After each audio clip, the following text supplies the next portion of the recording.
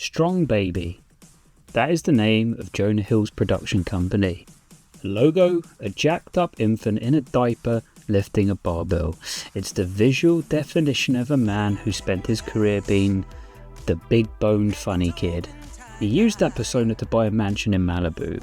But now, he deeply resents you for remembering any of that. He wants the gateway to our laughter, the laughter that made him a multimillionaire. But in 2026, he wants you to know he's a serious artist, one who's very, very sensitive about his boundaries. Apple TV Plus didn't just fund a feature film here, they subsidised the most expensive, hyper-saturated therapy session in human history. Getting old sucks.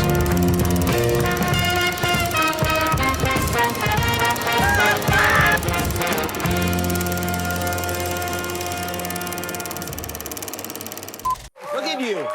First of all, you smell good, which is surprising. Why is that surprising? I don't know. I just wouldn't think of a guy who would have a nice scent on. And that's such a, like, I'm going to really work hard to not take that as a shot. The first scene with our creator, Jonah Hill, tells you everything you need to know about where his head is at. His character Ira's the high-priced crisis lawyer, and he establishes authority by taking a shit. But not just taking a shit, he's forcing his client, Reef Hawk, Keanu Reeves, and Keanu Reeves' assistant to stand in the bathroom and conduct a meeting while he does it. It brings to mind some sequence of Bryan Cranston pinned to a toilet in Why Him? A movie I never watched, but the blooper reel is quite well known for. But it turns out Jonah Hill also co-wrote that. Has this guy got a reoccurring obsession with people watching shitters? Or has he had a joke hit once and just has to copy and replace? He tells them he doesn't have time to waste and makes them observe and smell his biological reality, like some kind of dominance move. But he's not being vulnerable, he's being a bully who wants you to know his time is worth more than your comfort.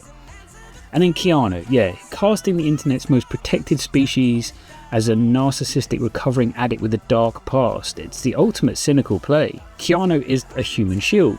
By putting the world's most likable man in the lead, Jonah Hill is laundering his own reputation. You're breathtaking! When Reef spirals and asks, do people hate me or was I mean?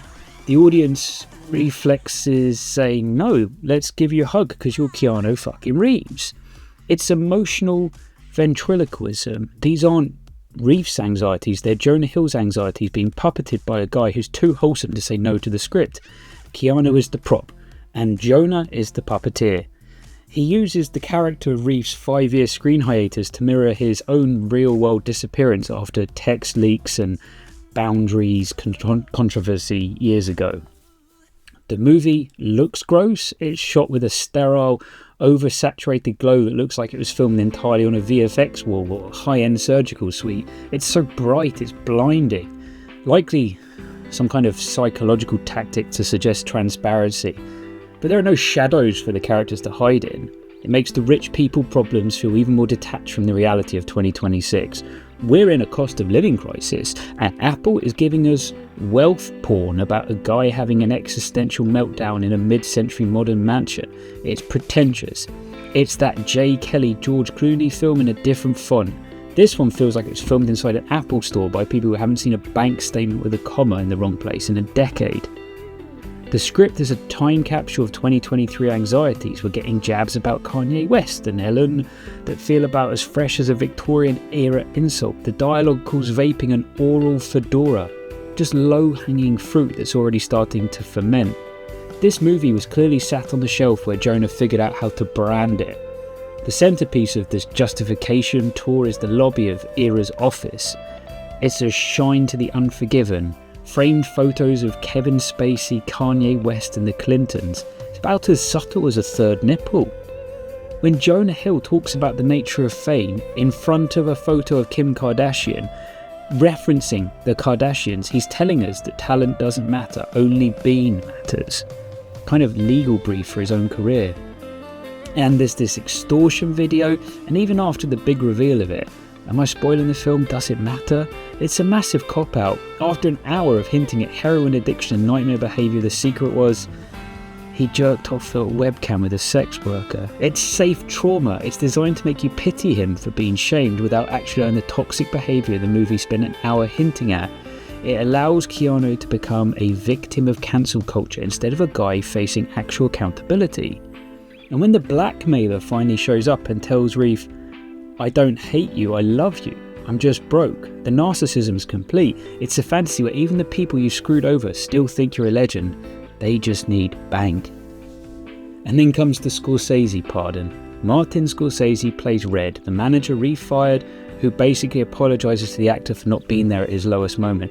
It feels like a conversation Jonah Hill wished he'd had with industry titans he alienated during his own strong baby tantrums. Marty's likely only here to keep the Apple checks clearing for his next epic, but his presence grants Reef and Jonah cinematic baptism. The Pope of cinema forgives you, the audience has to follow suit. An hour in, Jonah Hill's character drives off in a car with a bumper sticker that says, "Honk if you can separate the art from the artist." It's not a joke, it's a demand. He's telling you how to watch this movie because he's terrified you might see him for who he actually is. The movie is 80 minutes long, which is about 8 hours too long. The credits are the final pretentious nail in the coffin, a slideshow of Jonah's family photos for a fictional character designed to force legacy on a narcissist. Outcome isn't cinema, it's a $60 million PR campaign. Jonah Hill didn't make this movie for fans, he made it for his therapist.